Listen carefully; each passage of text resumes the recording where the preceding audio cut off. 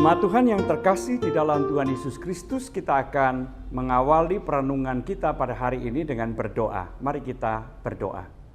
Ya Tuhan, kami akan membaca dan merenungkan firman-Mu. Tolonglah kami dan terangilah hati dan pikiran kami. Di dalam Kristus kami berdoa.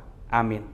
Saya akan membacakan satu ayat dari Injil Matius pasal yang ke-10 ayat yang ke-16 yang berbunyi demikian. Lihat, Aku mengutus kamu seperti domba ke tengah-tengah serigala. Sebab itu hendaklah kamu cerdik seperti ular dan tulus seperti merpati.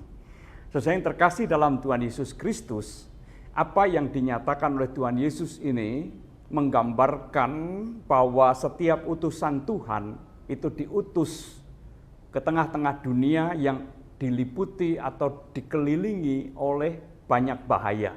Kalau kita membaca kelanjutan dari ayat-ayat kita, yaitu ayat yang ke-17 dan seterusnya, di situ dikatakan bahaya apa saja yang bisa mengancam para utusan Tuhan ini. Ada mahkamah agama, ada penguasa dan raja, bahkan ada keluarga atau saudara. Bisa menjadi bahaya, bisa menjadi ancaman. Diawali dengan nasihat, waspadalah terhadap semua orang, dan diakhiri dengan semua orang akan membenci kamu. Jadi intinya gambaran seperti domba yang diutus atau berada di tengah-tengah serigala itu menunjukkan bahaya yang setiap saat dapat menyerang sang domba, sang utusan Tuhan. Nah, saudara yang terkasih dalam Tuhan Yesus Kristus, oleh karena itulah dalam situasi semacam itu Tuhan Yesus menasihatkan, hendaklah kamu cerdik seperti ular, tetapi tulus seperti merpati. Kata cerdik di dalam bahasa aslinya adalah pronimos. Kata ini mempunyai banyak arti. Ya, pronimos itu bisa berarti lihai, bisa berarti licik, bisa berarti bijak dan hati-hati.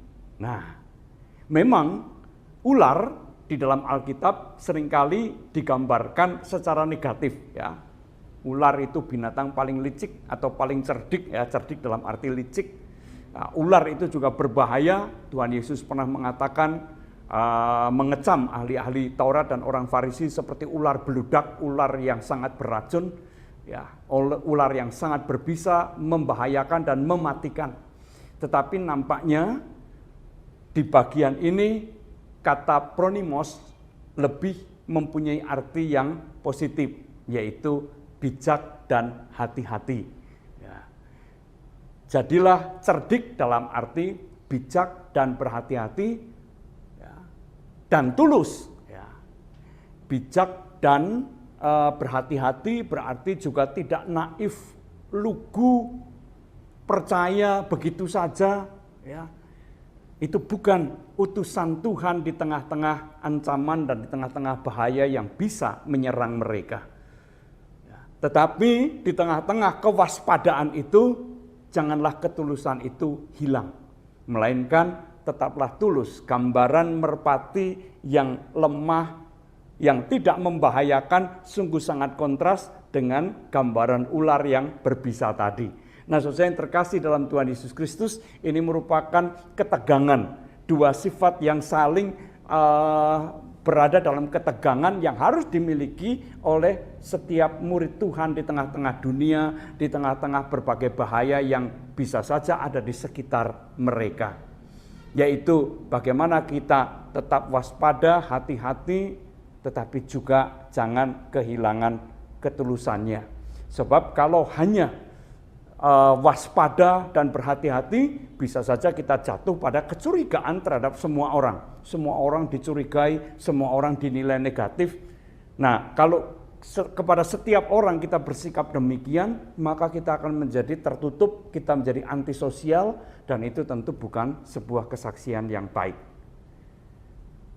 Tapi kalau kita hanya tulus, bisa jatuh pada kenaifan, keluguan, dan menjadi korban dari berbagai macam kejahatan atau tindak kejahatan.